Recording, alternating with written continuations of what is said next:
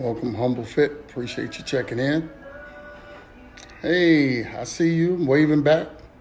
CBG Desk, appreciate you checking in. Sean Too Smooth, appreciate you checking in. Appreciate all of you checking in. Great. Let everybody get in here tonight. We got a great show, and I'm expecting a lot of people back in here tonight. If you missed Tuesday night, we had a real good one with Sonny Johnson. Sonny Johnson was in here. Hey, what's up? I see my guy Bryant down there in Fayetteville checking in. I appreciate you, my brother. The Higgins family, Brian, Alice, and of course the son Jay. I appreciate you all checking in. Jay Smooth, appreciate you checking in, but won't be joining me live tonight. I appreciate the request. And tonight we have a very special guest. We have the man everyone knows is Paul Biancardi. He'll be in here shortly. Before we talk about Paul, I want to, get you all on Tuesday night. Tuesday night we have Glad and Frazzle, which is I'm super excited, super excited to have her Tuesday. She is the mental game toughness coach. She runs I Am Mentally Tough. She is also partnered with myself and Get Me Recruited to bring the mental performance to all of you. So this is going to be Tuesday. I'm real excited to have her. She is really inspirational. She's smart. She played the game, and she helps me, identify to the parents, the players, the mental part of the game. That's Tuesday night. And as you all know, tonight, in just a minute, we have Paul Biancardi, guy I've known for many years here, and been a real good example of a recruiter. He's now the recruiting director for ESPN. As most of you know, he's going to be in here in a minute. I'm going to bring him in so we can talk hoops. We could talk, and you get to know about Paul himself. And that's the reason, as most of you know, we have these. It's not just about their knowledge and not just about, the subject, but it's also about learning a little bit about them. So we're going to bring Paul in, and let's get this thing rolling here. We have the guy himself, Paul Biancardi, checking in with Mr. Paul Biancardi, National Recruiting Director for ESPN. He'll be joining us shortly, and we're going to have a great show. I'm really excited about this. Again, a guy I've known for quite a while. Trey, check on him. I've been sending him the request. So I see he just joined us. Hey, Paul, I just sent you a request. I see you. If you will hit that request button for me, we'll bring you in, and we'll get this thing started. And again, if any of you have any questions during this, show, please check it. Put your comments at. You see the question mark in the bottom, Trey. You see the question mark in the bottom, and when you see the question mark at the bottom, leave your questions there, because even if we go past, where it scrolls past where I can't, see all your questions, if you leave your questions down there, I'll be able to actually bring you into conversation here. All right. And so again, today we're bringing in, I want to show you the question mark part. See at the bottom where the questions are. If you have any questions for me or have any questions for Paul, please check in there. All right. Please check in there. I know he was leaving another one and coming in with us. So we'll have him checking in just a second. I see everybody sending me requests to go in, but not tonight. Not tonight. It will not be you tonight.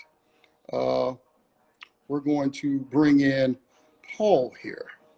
All right, let's bring him in.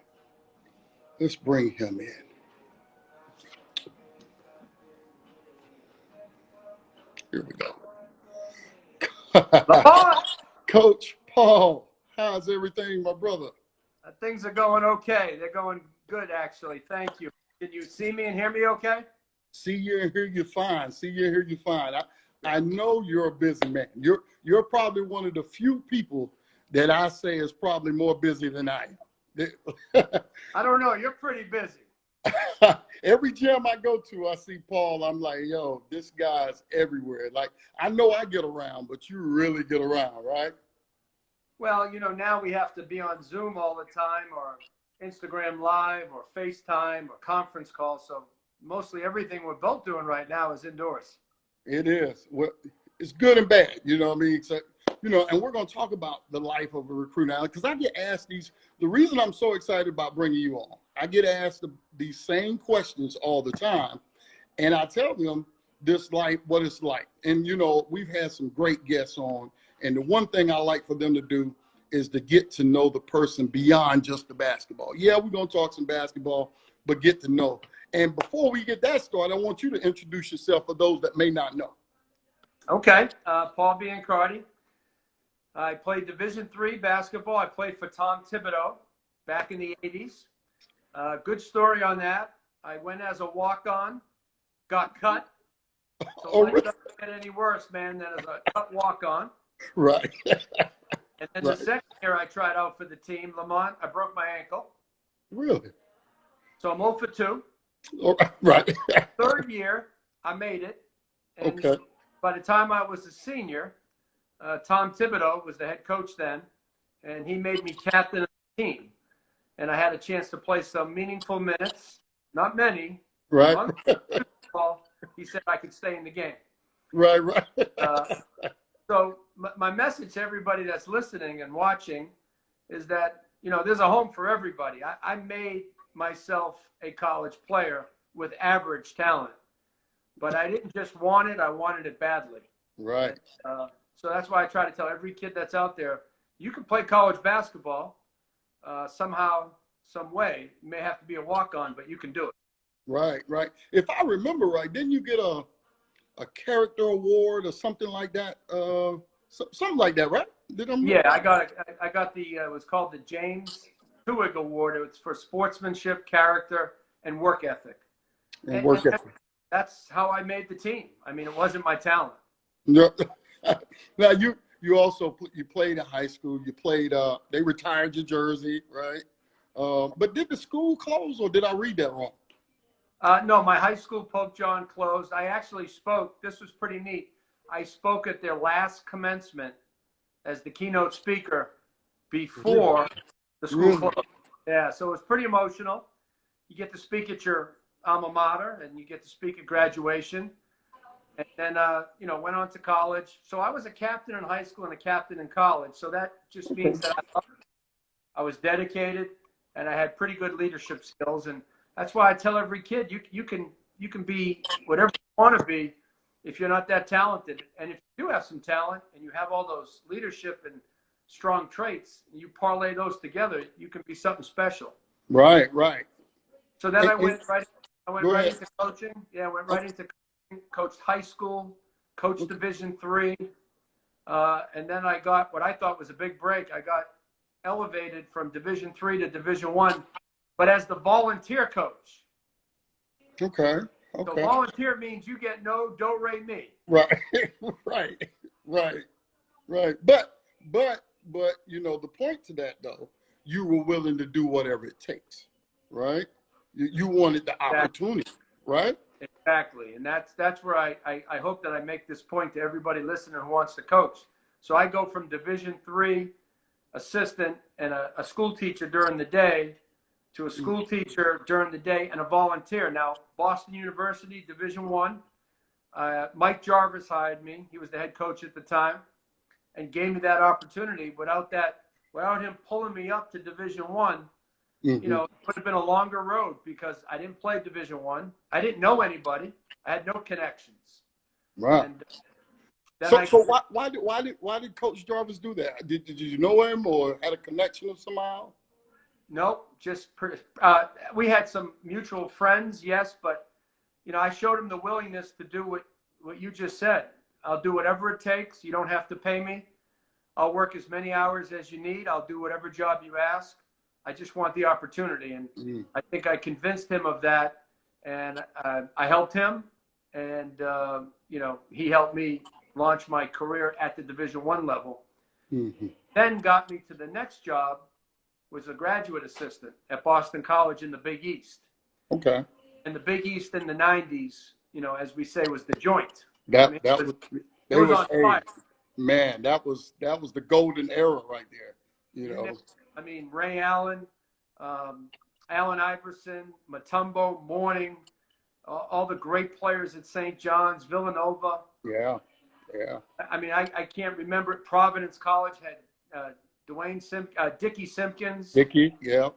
Every team had pros, and they Yeah. were older pros. They, Seton Hall. Every night it felt like it was a football game. Right. Right. Syracuse was incredible. John Wallace, Yes. Adrian Autry, Lawrence Moulton. I could go on with the All-Americans, so that got me as a grad assistant. From there, I got promoted full-time. 7 years in the Big East, 6 in the Big Ten, a head coach at Wright State, a head coach at St. Louis, and the last 12 years with ESPN. Right. Now, you weren't just your regular assistant now. You got some pretty good accolades while being assistant. What was it? You was the top assistant according to Hoop Scoop, I think it was. And, you made it to the Final Four. That experience. What was that like coaching at that level? It was everything I dreamed of. I wanted to coach at the highest level, and I wanted to be a Division I head coach, so I had a chance to do both. At Boston College, we won the Big East Championship in 1997 at Madison Square Garden, so you know how that felt. Oh, wow. Oh, yeah. Wow. We see all those great New York Knicks pitchers in the locker room. Right. Yeah. Playing in front of 20,000 for the Big East Championship. You're on ESPN, prime time. And yeah.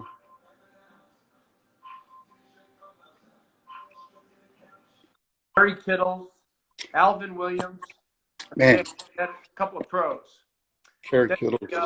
Then we went to the Elite Eight in 94, which was nice. We were playing for the right to go to the Final Four.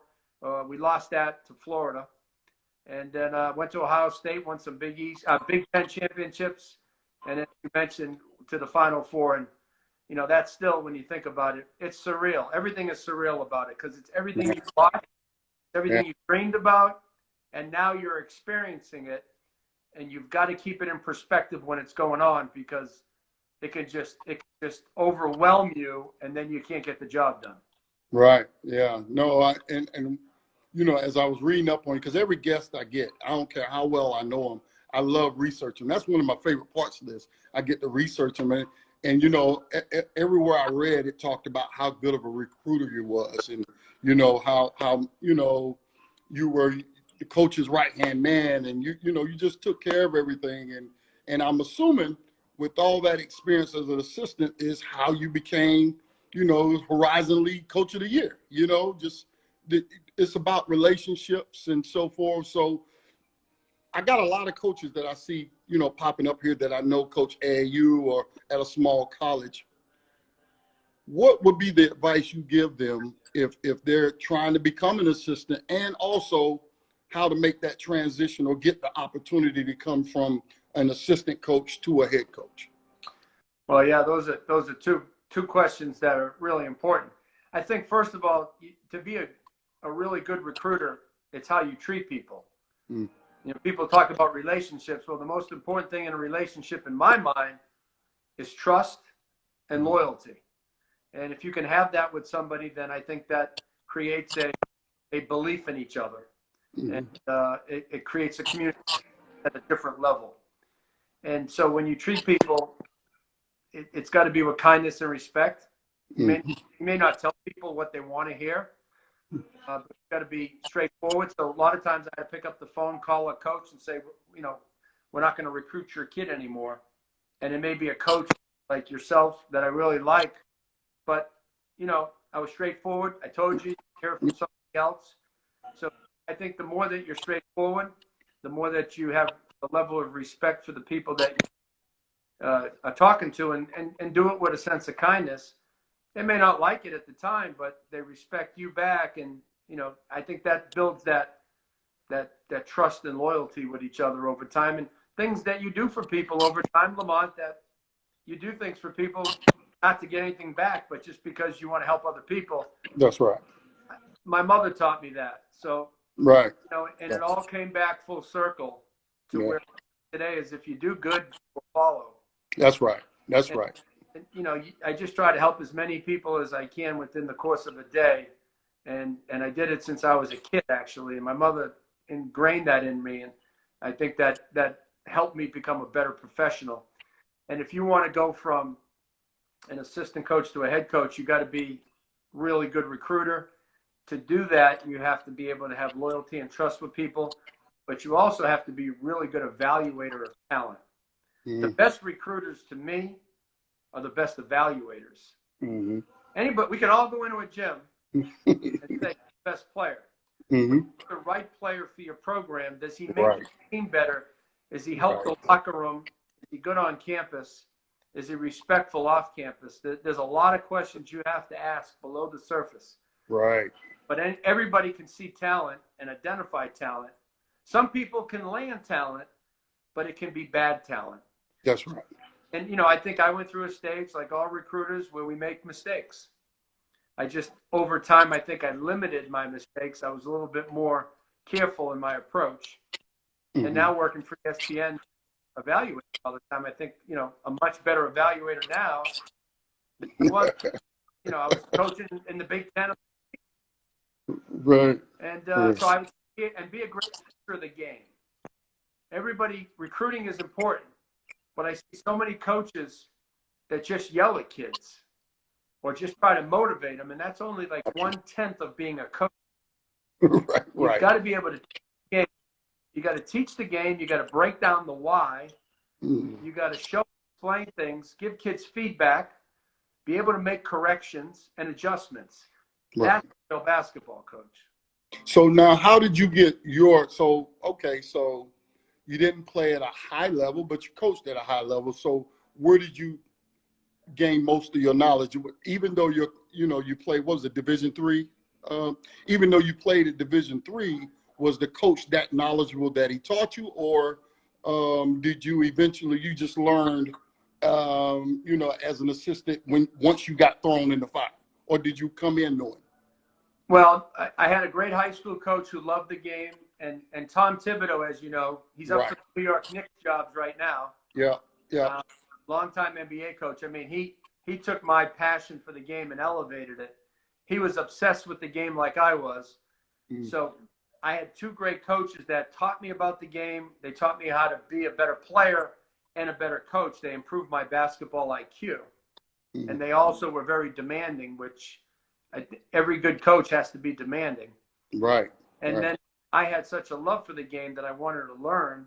I went to basketball clinics all over the country, Lamont, my own dime, saved all my money, worked basketball camp, 6 weeks of basketball camp in the summer. You get paid very little and you work an awful lot. Right. You meet other coaches.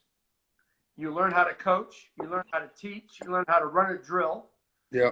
You learn how to manage a team. You learn how to substitute. Yeah. You collaborate with other coaches. You're around other coaches. Yeah. And those guys grow in the game, and you learn from them. They learn from you. I did it every summer for years upon years, and that's where I learned how to coach. That, and I coached. I would coach CYO basketball, which is the Catholic youth organization. And I do that twice a week. I coach any team that would let me coach them. Right. I coach summer league teams. Guys, my old friends, I would coach them. Really? So, I just had Harold Johnson on a few weeks ago, and we talked about, 5-star and how pivotal that was back then. If you wanted to be a coach, every coach that coached the game came through 5-star at some point in time. Yep. And you learn from each other. So it's real interesting that you said during the summertime, you spent time coaching, Well, think about this for a minute. I'm 25, 26, 27, 28. Guys my age have full-time jobs. They're making, good money. I'm making $100K $25 a week, and I probably spent 30% of that on gas to drive to the camp. Right. So I never coached for the money ever. I never had any money until I got elevated from a grad assistant to full time. Lamont, that was at 28. At 28, I was in debt, about $20,000. Never bothered me because I was moving in the coaching ladder. I was loving what I was doing. Yep. The financial hole didn't matter. I knew someday it would break, and when I became 28, then I got elevated, and that's when the money started coming in. But it took me 6 years after college to land a full-time position in the game. I'm so glad you're saying that, because that's the one thing I see with a lot of young coaches or people trying to get in the game is they don't want to necessarily give that grind. And it's a grind.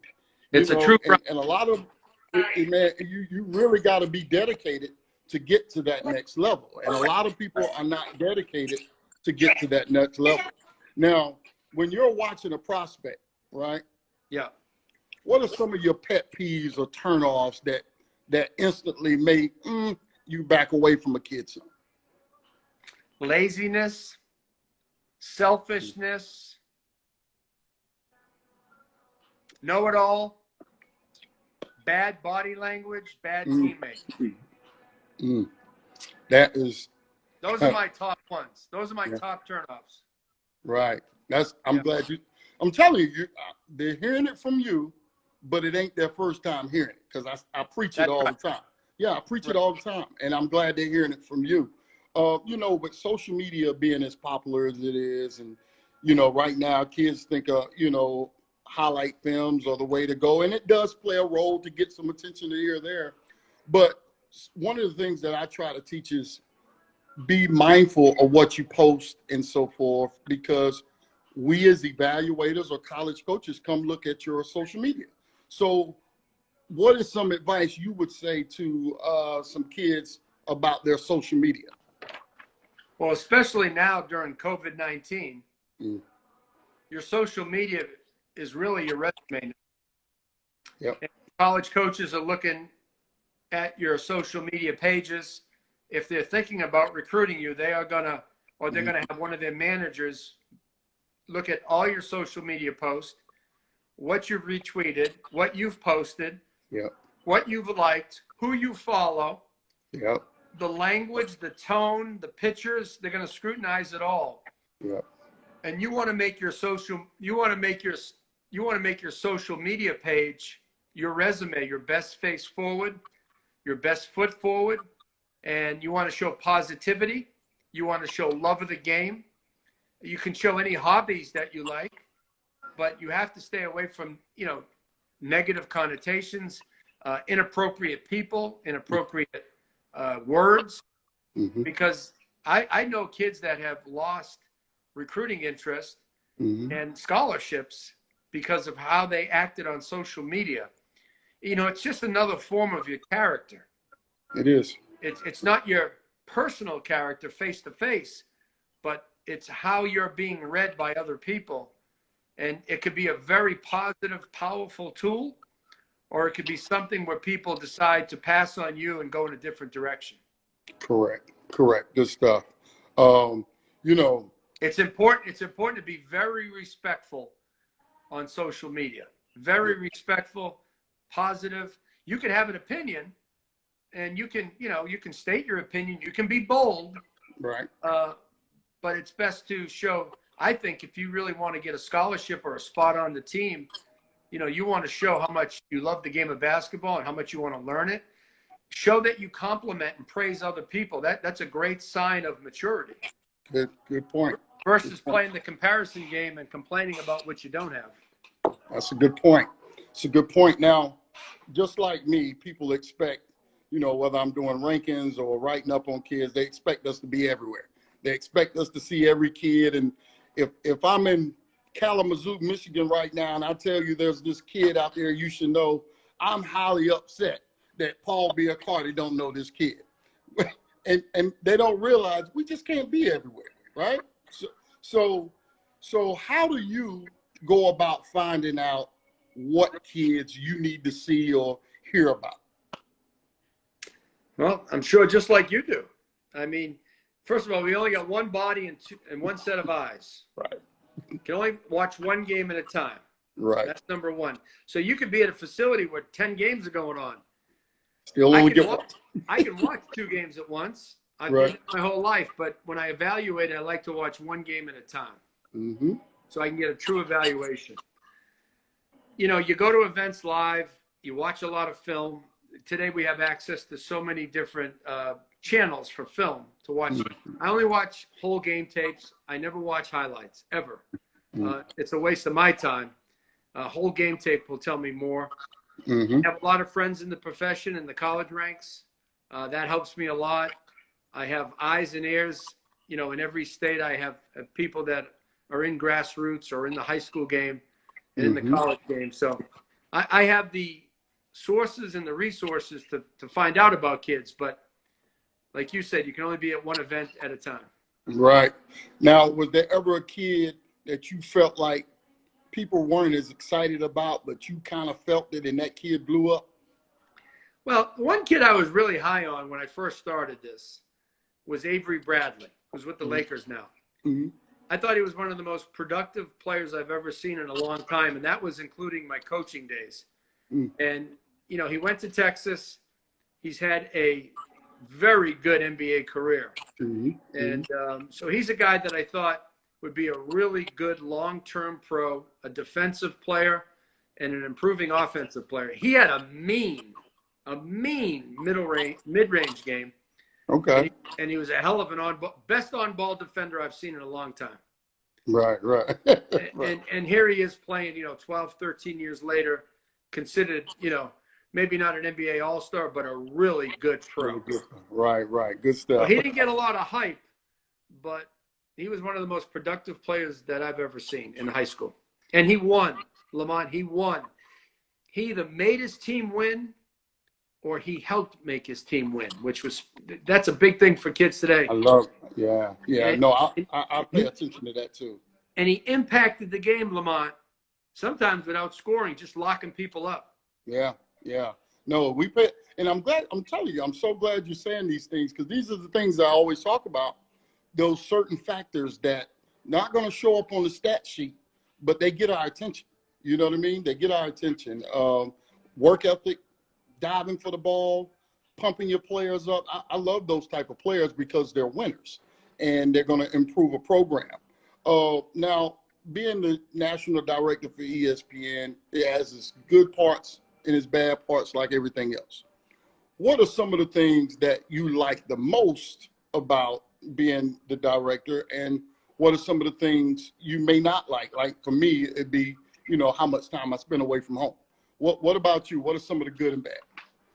Well, I love the game so much, and I love the people in the game.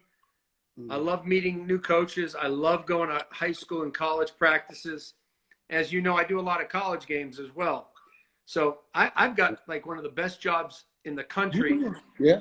Because it's high school recruiting, rankings, and evaluation and interviews. I get to meet and know these kids well beyond just being a basketball player. Yeah. I get the opportunity to stay in touch with them over time and really have a real relationship, not a rankings relationship.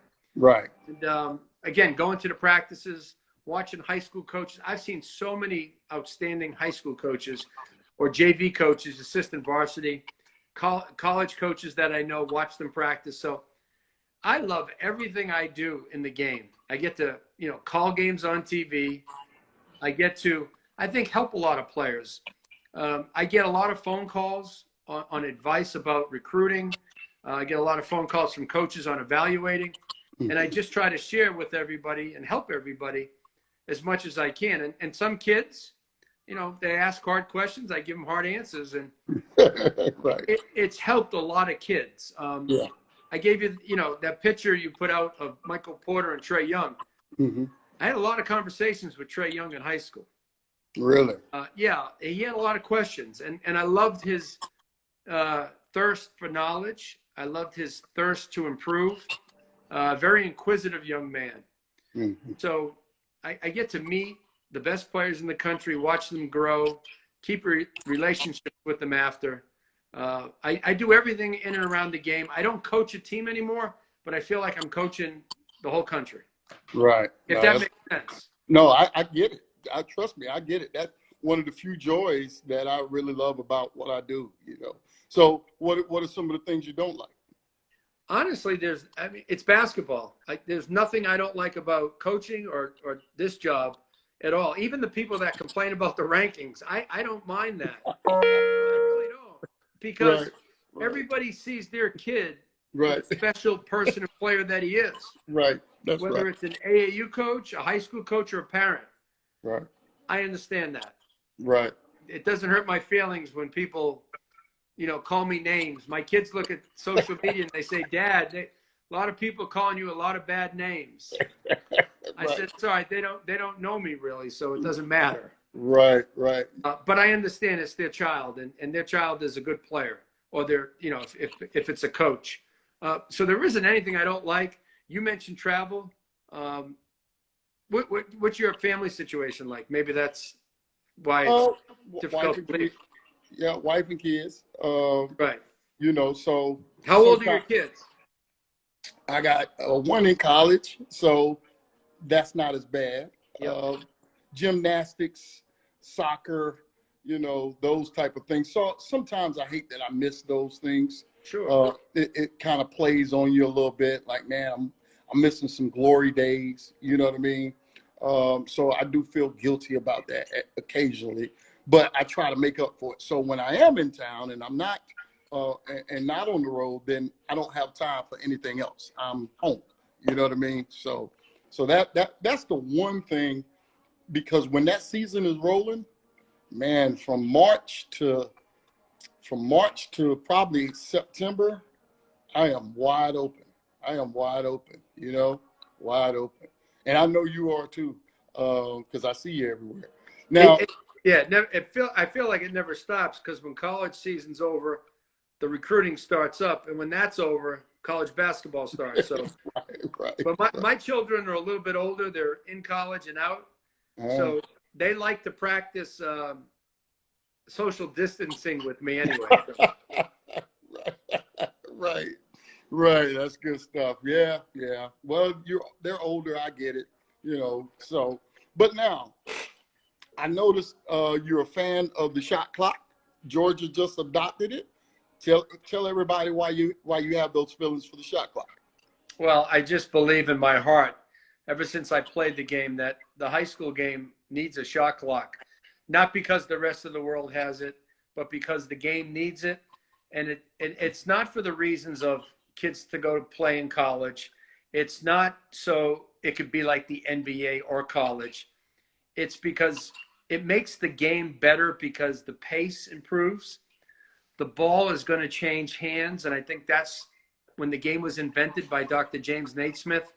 I think that he had an idea of, taking a shot attempt, and then the other team can get the rebound and go the other way.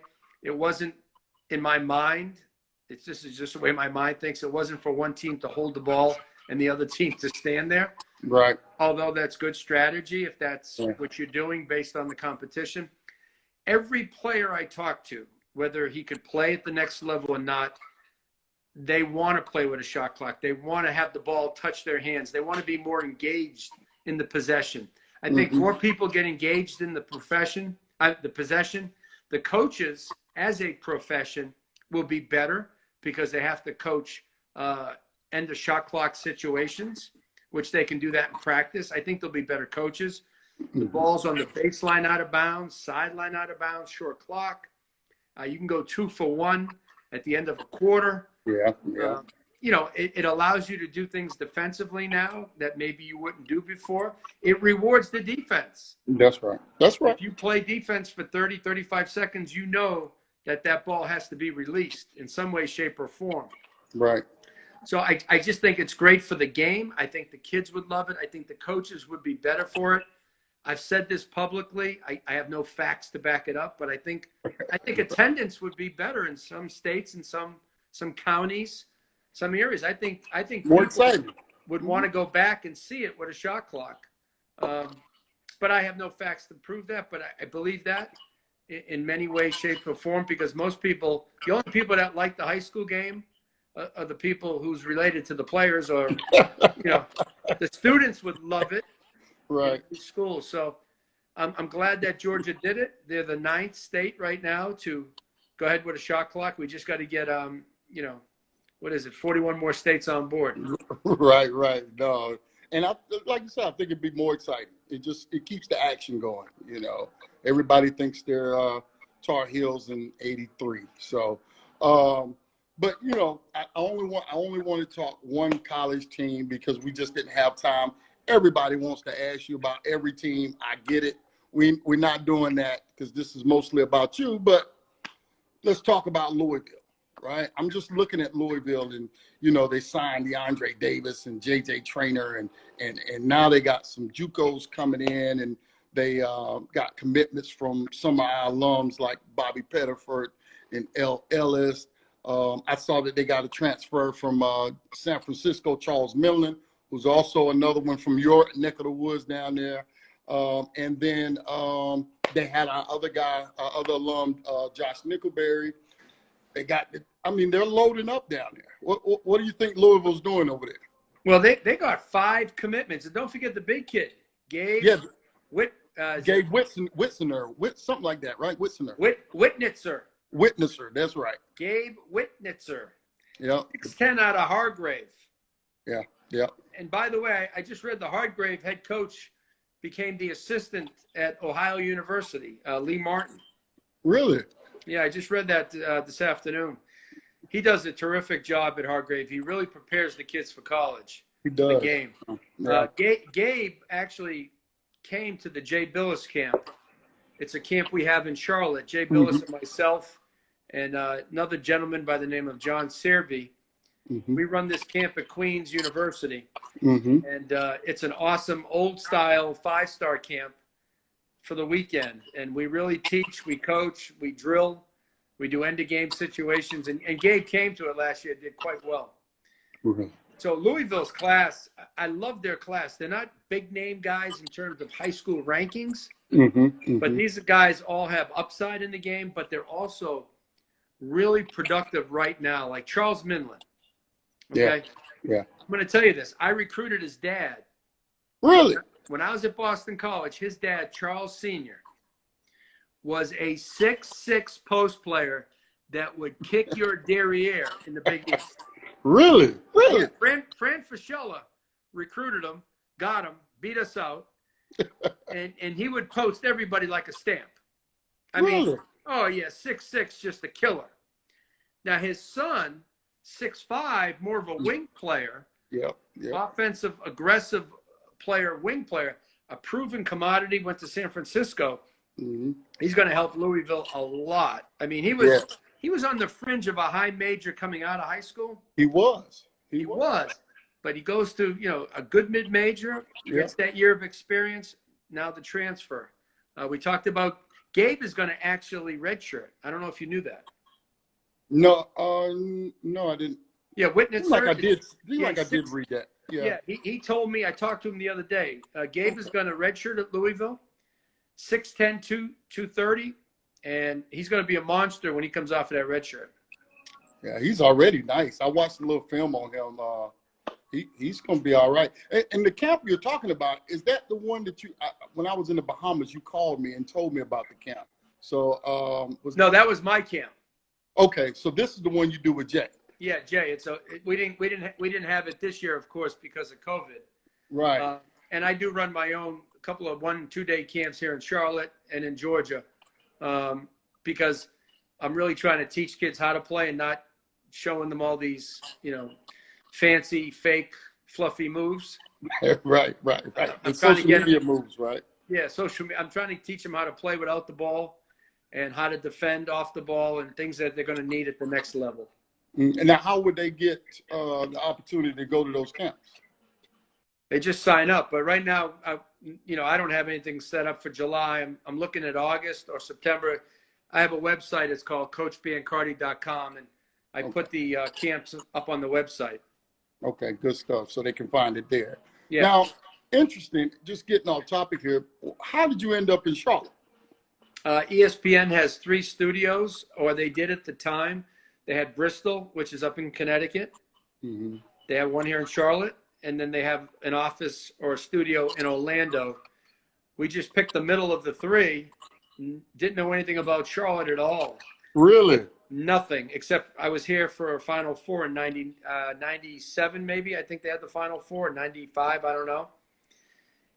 And my wife didn't want to live back in New England where I'm from. And my wife was actually the head coach at Boston College for Really? soccer. Yeah, for soccer. And I was the basketball assistant. We met there. We dated. We got married and had a child there. So that's where it all started. Oh, oh. See, that's the good part. I get to know a little bit something that I didn't know. See, they don't tell you that online, you know. No, we don't tell you that. Oh, that's exclusive just for you. Yeah. So real quickly, the transfer portal is on fire right now, right? It's just every kid, they don't like the coach, the coach farted at practice and it didn't smell right. I'm out, right?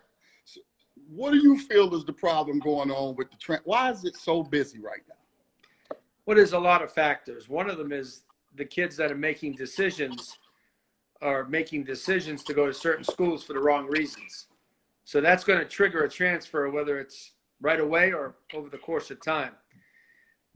Every kid, not every kid, but most people and most kids I talk to are only concerned about the highest level, and that's the biggest mistake.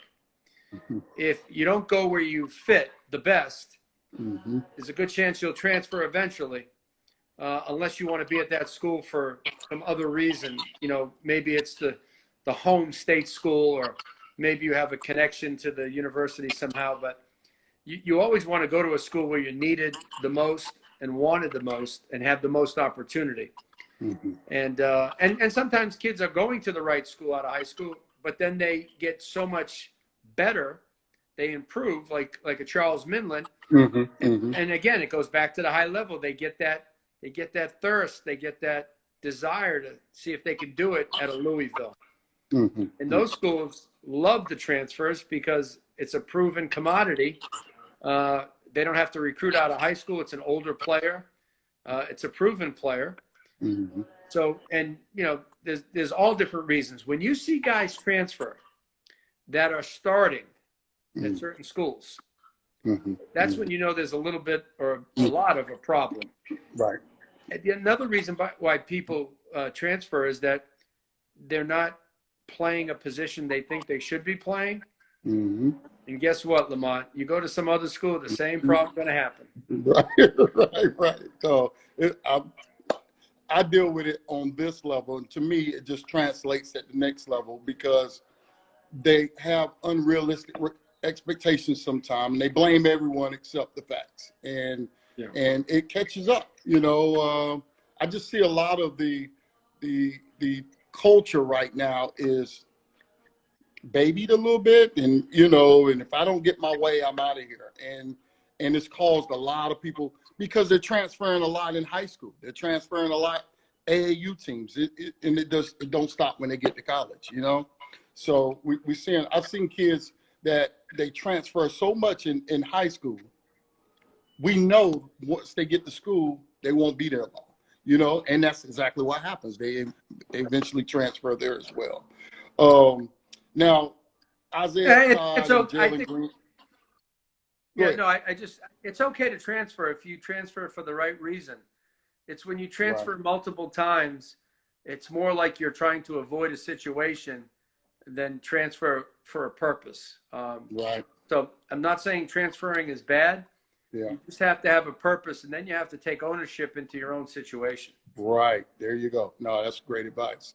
Now, like I was saying, Isaiah Todd and Jalen Green, changed the landscape, made some decisions that people now feeling, it's going to open the floodgates and weaken college basketball. What's your thoughts about that? It hurts college basketball a little bit because a guy like Jalen Green, #1 player in the ESPN rankings, obviously he was going to impact the college game. And, create highlights and Yeah. create a winning atmosphere somewhere, and maybe lead a team to a regular season championship or maybe a Final Four. Who knows? Right. So that we missed that. And Isaiah Todd and Deshaun Nix, you know, they're really good players, but they're 3 or 4 players out of, you know, hundreds. I mean, we have over 1,000 players go from high school to Division I every year. So even though these are the cream of the crop, it doesn't hurt college basketball all that much. It'd be better if these guys were in the game. But college basketball this year coming up, is going to be fantastic because this freshman class, the class of 2020, it's one of the best classes I've seen in the last 5 or 6 years. So you take the new influx of talent with all these great players, the returning players. I think college basketball is going to be great this upcoming year. I really do. Yeah, no, it's funny you say that because me and my guy Pop was saying that we thought this class was the best class since 2016. There was a strong class in 16, and this was the class that was going to come back. Now you mentioned, you know, this season, but do you think we're going to have a season with the COVID-19? And if so, what is it going to look like? You know, that's a great question. Let's have NBA basketball first. We've got Major League Baseball coming back. The big key for college basketball is going to be college football. Football, yeah. Football can function. Basketball will be able to function as well. Yeah, no, I agree. Last thing before I let you go, you know, the NBA draft will be soon. Yeah. What's your feelings on it? Who we should be watching? Well, my number 1 pick is James Wiseman. Really? Okay. No matter who gets that pick, he's special, and there's not anybody else like him in the draft, and there's not many guys like him in the NBA. 7'1" with a 7'6" wingspan, a 9-foot, I believe 5-inch standing reach. That's only 5 inches, you know, from the rim. Right. He's unique. He can score it well enough. He can block shots at a high rate. He runs very well. He's coachable. He's a model citizen. I think he is the whole package for the NBA. I think he'll be the number 1 pick. Although I think LaMelo Ball is the most talented player in the draft. Interesting. Okay. All right, but you think Wiseman's going 1, regardless of who got it? Got you. As Dikembe Mutombo used to do? Right. See, them young folks on the line have no idea what we're talking about. Hey, man, when I was coaching at Boston College, Georgetown had Alonzo Mourning and Dikembe Mutombo in the game at the same time. No shots. Nothing in the paint. Bad night. Right.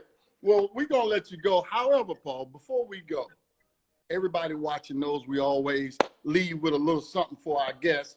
And today, it's going to be Trivia Thursday.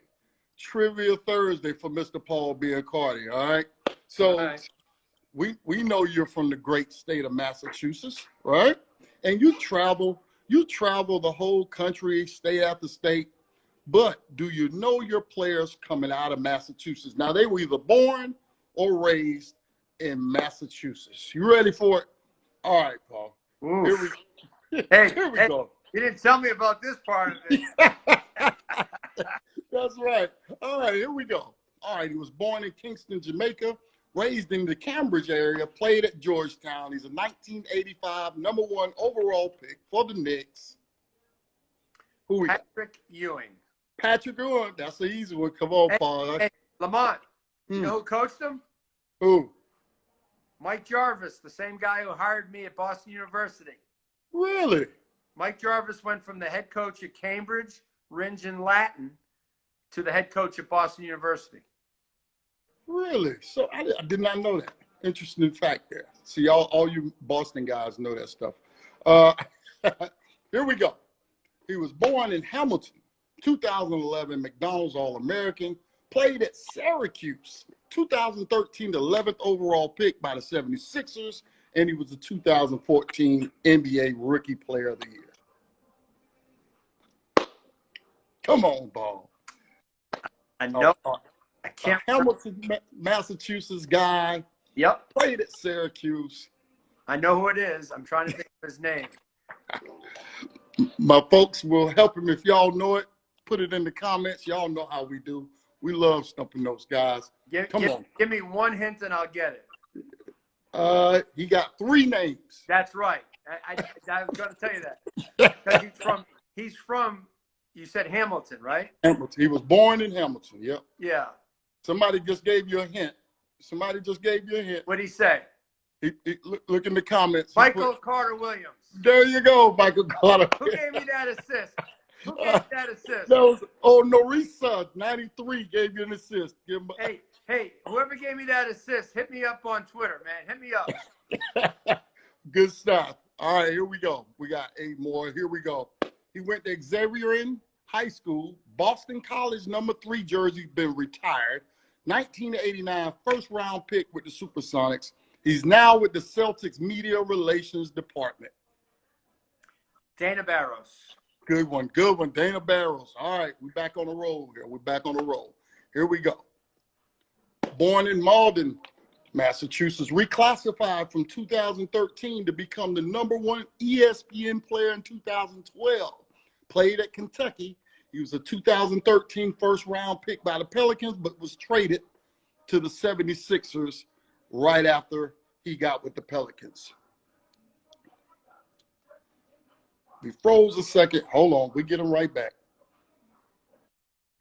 That's all right. We know you need a little extra time. That was a good one, Paul. The battery was draining. All right, that's Nerlens Noel. That's a good one. That's Nerlens Noel. Good one. All right, we got a few more here. Here we go. Marblehead High School transferred to Kimball Union over in New Hampshire. He was ranked number 32 in the 2014 ESPN 100, 6'8" power forward from North Carolina State, and now he's playing in the Portuguese League. And he has a different name as well. He does. Abdul Malik Abu. Malik Abu. There you go. Another That's three-name guy.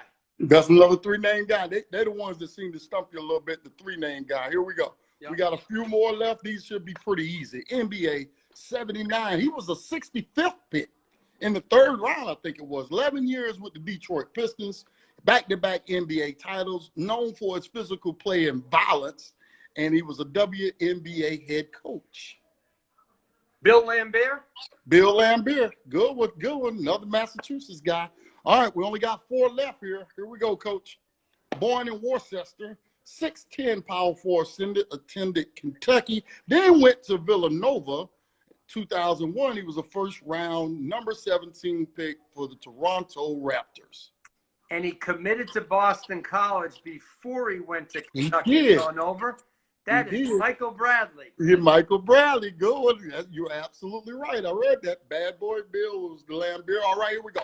Born in Springfield. He played for Jim Valvano at State. 88 second-round pick, 29 for the Kings, and he's a former NBA head coach. Vinny Del Negro. My guy, Vinny. Vinny's a good guy. I like Vinny. Vinny's a good guy. Good one. All right, two more. Here we go. Brewster Academy, 2020 5-star, 6'7" shooting guard, ranked number 10 in ESPN 100, currently signed to play at Kentucky. Terrence Clark. Good one. Last one, Coach. Born in Springfield, he led Springfield Central to 25-0. He has the Massachusetts single-game record of 81 points in a game, played at Georgia Tech. 1995, he was a first-round pick, and he spent 11 years in the NBA. Travis Best. Man, it seemed like it was just last year he was in there. Don't seem that long ago. My man, Coach Paul Biancardi, I appreciate you so much for coming. We love, I know you're busy, but the fact that you took time for me, I much appreciate it, my brother. Well, Lamont, I'll see you in the gym hopefully soon. I really enjoyed this. And for everyone listening, if you go to Hop on the Call, it's a brand new platform. You're able to talk to people one-on-one. So if anyone's interested in a one-on-one conversation, go to Hop on the Call. We have a great time. My man. Paul, anytime you need me, anything you want, just give me a buzz, my brother. All right. Thank you for having me. Take care. There you have it. Good friend of mine, great guy, Paul Biancardi. We had a great time. Get some knowledge from him. For you coaches that are looking to, get in the game, he gave